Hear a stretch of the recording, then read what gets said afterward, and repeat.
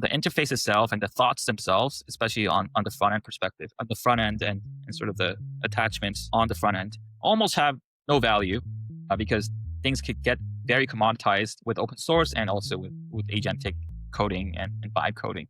And so I think Vercel is playing the cards well, where they're saying, hey, like we're just going to give this framework away for free. And perhaps if you want to run this thing more natively or more easily, you should get onto the Vercel platform. And I think with Vercel doing this and also OpenAI using the workflows paradigm, it does seem like just like sort of this context layer or the ontology idea being like a mainstream idea, it does seem like within 3 to 6 months, this agentic workflows idea is going to be such a mainstream idea that just embeds itself into every single agentic company. Welcome to Agentic Data, episode 12. I'm your host, Joseph Moon, CEO of Oxygen Intelligence. At Agentic Data, we talk about topics in data and AI geared towards AI-driven data professionals. So for some news, let's talk about one piece of news that has been catching my eye lately. So a few days ago, Snowflake acquired SelectStar. And I think this is very telling of how the broader industry is moving. And we've been talking about for the past few episodes of how the modern data stack is consolidating. And we've seen companies like dbt and Fivetran merge, SDF as well as Tobico Data, all merging into this new Informatica-like entity that does data warehouse agnostic data management, including data integration, data transformations, etc. It kind of makes sense for the Fivetran merged entity to actually start owning the data catalog aspect as well. So if I were to make a guess, I would posit that Fivetran is also looking into acquiring a data catalog company as well. The issue is that there are not that many data catalog companies left that are standalone. I think there's a company called Data Hub, which I think is a spin-off of LinkedIn's open source data catalog. And I think that company is a standalone company that is doing relatively well compared to other companies. And of course, there are some larger standalone data catalog companies like Elation and Calibra and so forth. Although Calibra is more on the compliance side of things, it's less on the engineering perspective of data. So very different flavored company. So those are some of the players left in the space. And I would not be surprised for Elation and Fivetran to merge. Elation has been around for just as long as Fivetran, about 10 plus years, and they're growing well, but probably not growing amazingly well. And it's the same thing with Fivetran, growing well, but not growing amazingly well. And they do definitely need to become multi-product. And Elation has acquired a company called NumberStation to beef up their agentic analytics efforts. So actually merging Fivetran and Elation together would actually give the end-to-end ELTP and the productization of data, as well as the catalog layer, which would be a much more formidable competitor than a company that doesn't own like the end delivery of the analytics itself. And on the other hand, you have companies like Snowflake really bundling up here. Let's take a look at this press release. Snowflake to acquire SelectStar to expand Horizon Catalog's view of enterprise data for next-gen AI. Okay, next-gen AI is clearly at the forefront of what Snowflake intends to do with SelectStar. Today's leading enterprises have Snowflake at the center of their data estate, but the full context of their valuable data assets, including where they came from and how they're being used, is scattered across upstream and downstream systems like databases, AI platforms, and orchestration tools. This fragmentation makes it difficult to discover the right data asset and understand the full context around it. Now, in the age of AI, this limited context is a problem not only for humans, but also for agents. Enter Snowflake Horizon Catalog, which provides unified context and governance for AI over all data. At Snowflake Summit 2025, we shared how we're extending Horizon Catalog capabilities like search and lineage to data and AI assets that exist in systems outside of Snowflake.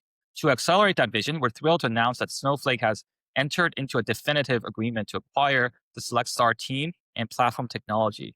Reads more like an expensive acqui-hire more than a full-on business acquisition, seems like. SelectStar's integration with database systems like Postgres, MySQL, business intelligence tools like Tableau and Power BI, and data pipeline orchestration tools like dbt and Airflow will help us expand Horizon's catalog's view of an enterprise data estate.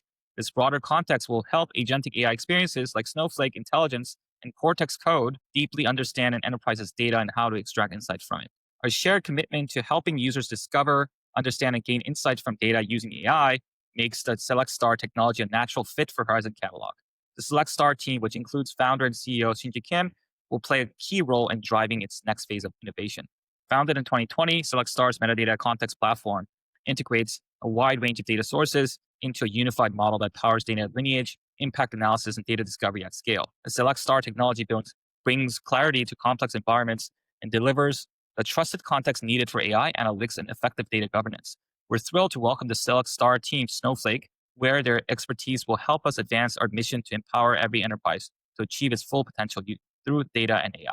So this is another example of if you survive long enough, like Shinji did, you could go from just something a little bit more boring like data context and data governance, which is really trying to understand the lineage of all the data being connected and understanding sort of the catalog of all data assets in an organization for consumption as well as governance use cases, which is a company that we flirted in building a long time ago, but decided that perhaps a standalone catalog made little sense compared to other types of data companies that could be built. But if you survive long enough, I think you could catch this AI wave that nobody has anticipated. Nobody has anticipated that in 2023, like ChatGPT will come out and actually make metadata context really relevant for the AI agents to use. So previously, humans were the only ones that needed data context to understand analytics and downstream impacts on data breakages, so on and so forth. But now the data catalog could capture that as well. And of course, a lot of consolidation is really underway in making this a reality for companies. And like the reductive thinking is like the metadata catalog or the data catalog is a place with a lot of metadata. And this metadata could be injected into data agents to really propel agentic workflow. So that's like the reductive view, but the reductive view from a stack building perspective can make a lot of sense. And what's interesting is I think a lot of companies, like even I think we talked about the Metaplane acquisition. So the Datadog acquiring Metaplane. Metaplane also started off as a data discovery tool. Full disclosure, I was an investor in Metaplane, and they got acquired by Datadog. And interestingly, I think folks thought that data quality monitoring, so data observability, was a much better wedge into the market. And this is sort of how we saw it too back in 2021-ish. Because why? Because data breaking feels like a much more hair on fire problem than governing of your data assets and having data context. But the whole equation really flipped when with AI now having data context and not data observability became a lot more important to business workflows than data observability. So somehow, there's some consensus idea about right now this thing is viewed as more important, but somehow this external force comes in, namely AI, and then now something that was overlooked is now the sexy thing. So that's a super interesting, flipping that has happened. There were companies really focused on the data discovery angle as well as the data observability angle, separate wedges. But there are companies like I think Atlan is doing something much more unified, which puts the observability piece and the context, the metadata context piece in one platform. And from that perspective, maybe a company like Atlan might be well positioned to take over more of the catalog market against older players like Elation.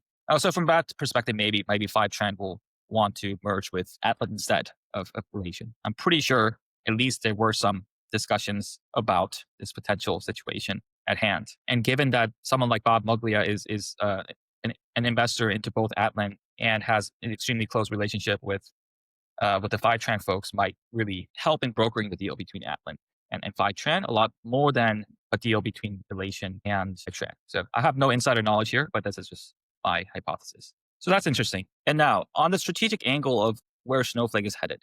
So Databricks has always sort of done the hard thing of, hey, we were an Apache Spark shop, and then they realized for Apache Spark to really work, they had to really build an end-to-end data warehouse, which is not the most obvious thing. It's a pretty risky thing to do.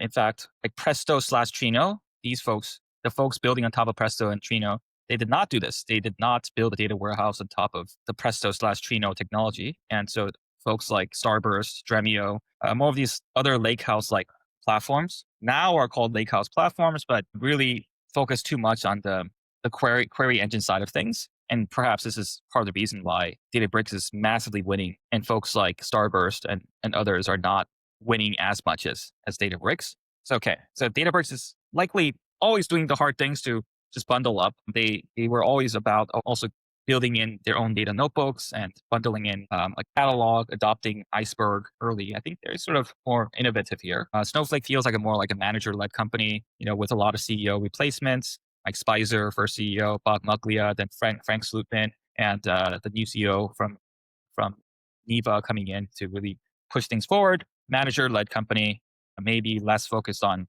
internal innovations and really more focused on structural output and better execution compared to others. And so you see sort of the difference in how things are propagating. And I think the former CRO, the chief revenue officer, the former CRO of Snowflake, actually, I watched a podcast in which he admitted that some of the engineers at Snowflake refused to build a data notebook early on as part of their platform. So that led to a lot of folks going on to Databricks instead, which was a big miss.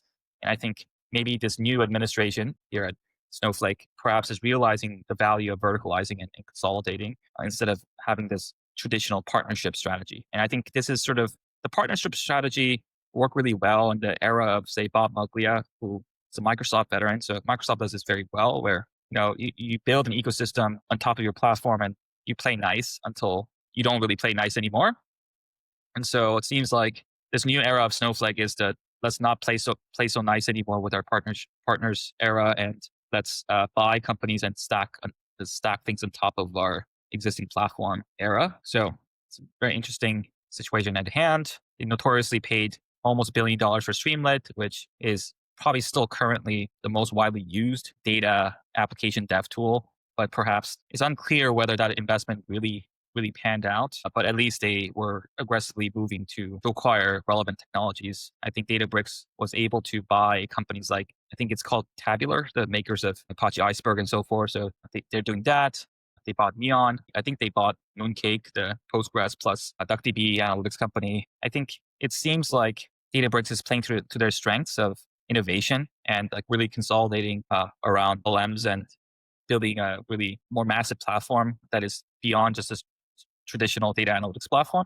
Whereas Snowflake perhaps doesn't feel as innovative as Databricks for some reason. And perhaps this is due to the fact that there is something extremely powerful about a founder-led company with a founder CEO being in charge for, let's say, a decade plus, and all the innovation accumulation that is in that founder's brain. If that founder is the inventor, one of the inventors of Spark, has seen every single strategic move develop, has context about every single important decision that the company has made, sees every single context about how the other players are moving, that cannot be overstated in making better strategic decisions. So you get a better strategic advantage in running your company. And also, furthermore, you just get this gravitas that, other CEOs can't get. So if you're a founder and you got this offer from a Snowflake or Databricks, and you're dealing with someone like a Frank Slootman, who's obviously a great executive with a lot of chops and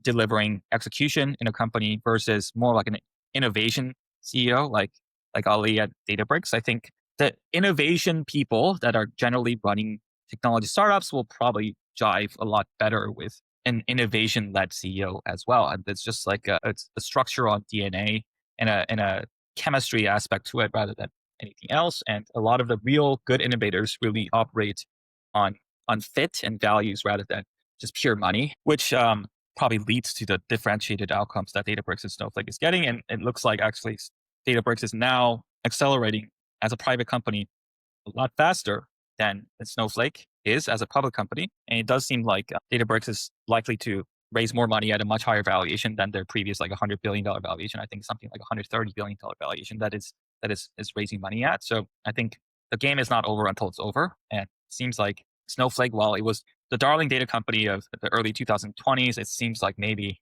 things could flip. And it looks like Snowflake is aggressively moving towards vertical consolidation that Databricks really, really dangerously did. But the massive payoff is definitely there. Snowflake it looks like it may be playing catch up to some degree in this landscape. The advantage that Snowflake has is that the product itself, the data warehouse product, is likely more ergonomic to the end user. So as someone who's building an agentic data analytics company, I think a more structured data warehouse feels just a lot more intuitive than a lake house that Databricks is building towards, even if it has SQL support and even if you have asset compliance and you have all the niceties of a structured database, but masquerading on top of a lake and query engine type situation.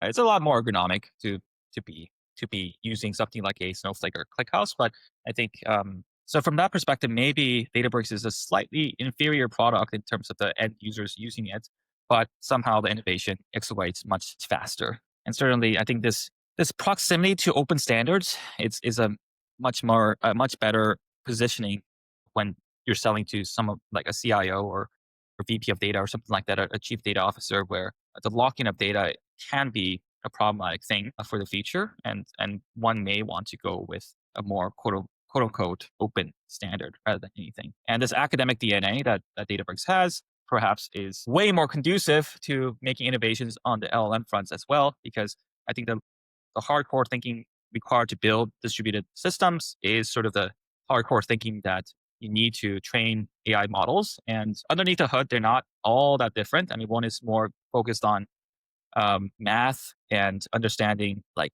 tensor calculus.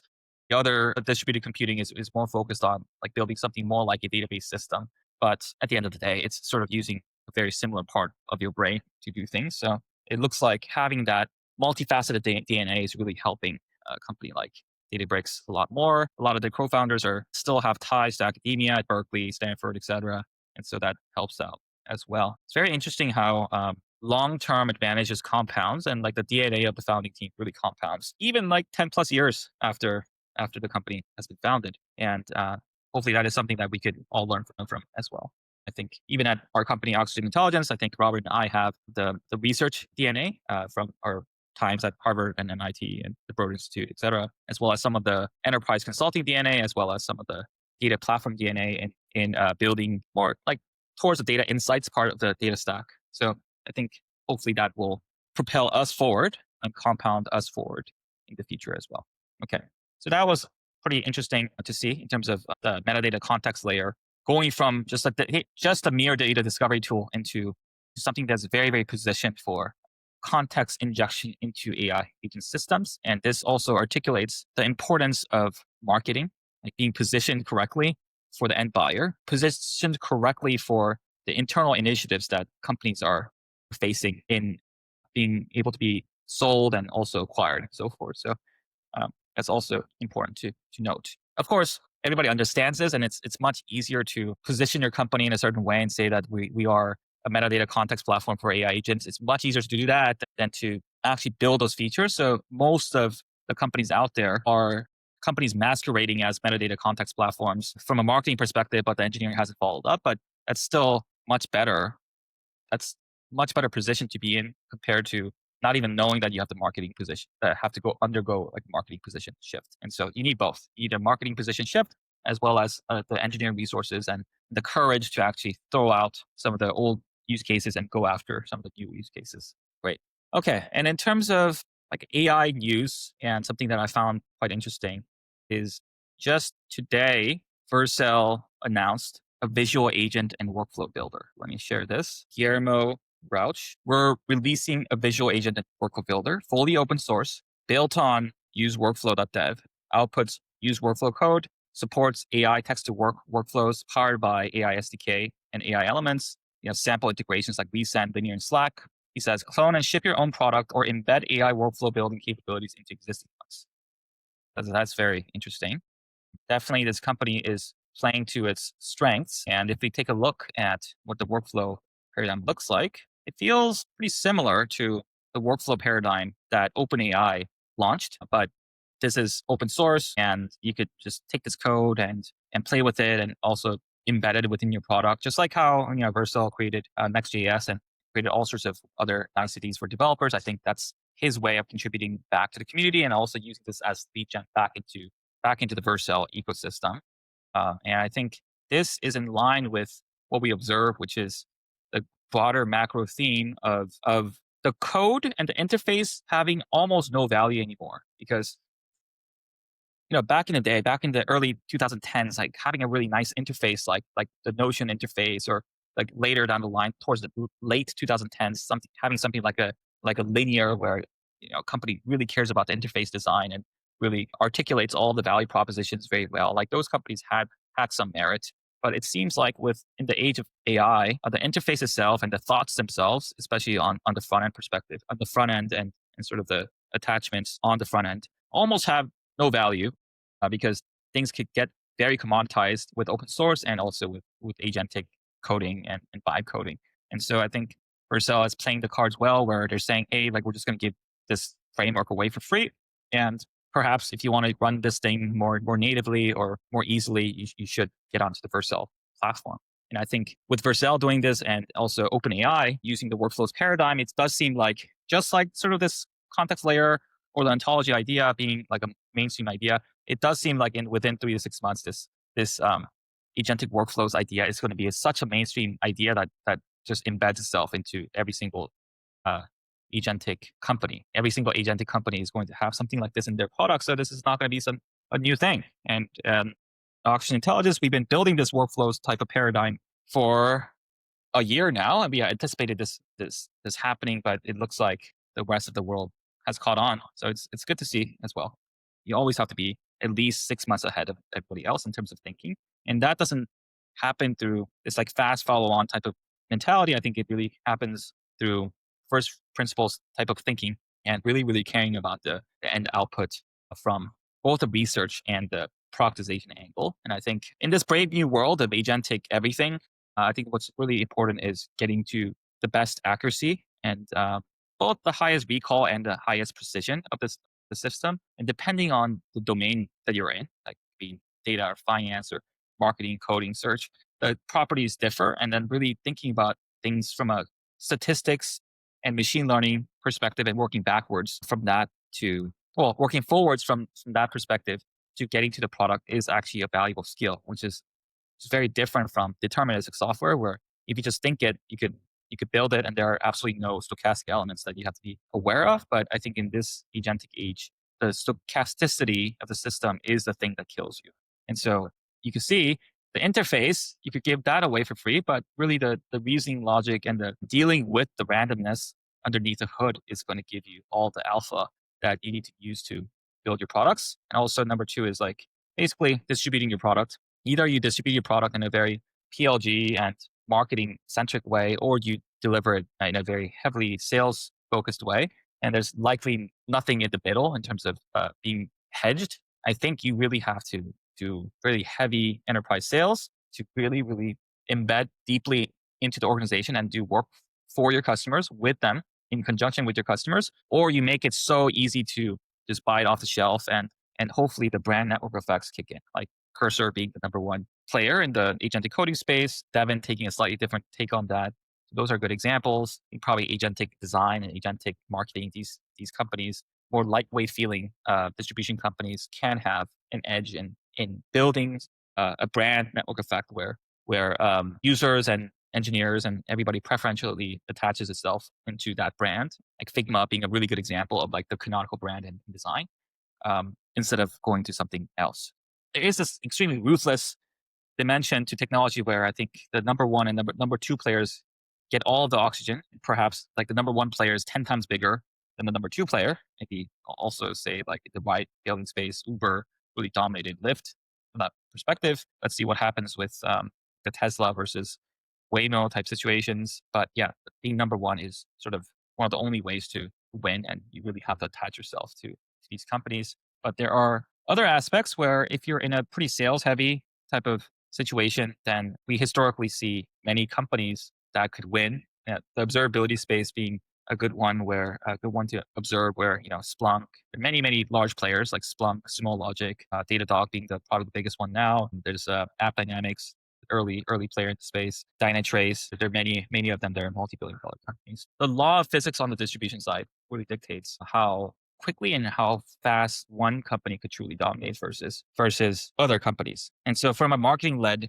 user distribution and user acquisition perspective, you're really only playing with brand here and then getting the brand network effects accumulated as fast as possible. And the interface advantage gives you almost no advantage in this day and age. And looks like marketing or PLG like companies really should target domains in which precision is not the highest lever, the most important eigenvector that the company has. Like okay precision and very high recall is something that is acceptable. Like ChatGPT itself is a pretty like lower precision but super high recall type of company where being a little bit wrong is fine as long as you could answer any type of question that anybody has. Versus if you're in a domain more like a self-driving car, in which like being a few percentage points wrong could cause like catastrophic accidents to always happen. So you lose trust for the car immediately and the entire proposition collapses. And that's something more like a data analytics or finance like environment. And from that perspective, you have to be extremely careful about mapping the space. And there is some non-trivial amount of research and engineering required to get to that outcome. So I think that's how I see the dynamics of the space. And with respect to also the interface itself, the interface of agentic workflows and things of that sort having very, very, very little value going forward, especially with the conjunction of open source and also like vibe coding. So things can be open, distributed really freely, and also agentic coding just really negates the value of interfaces. Also really negates the value of a lot of front-end designers as well as front-end engineers. So it's the brave new world that we're living in. So there you have it. These two topics I want to discuss today, and we'll see you next time on Agentic Data.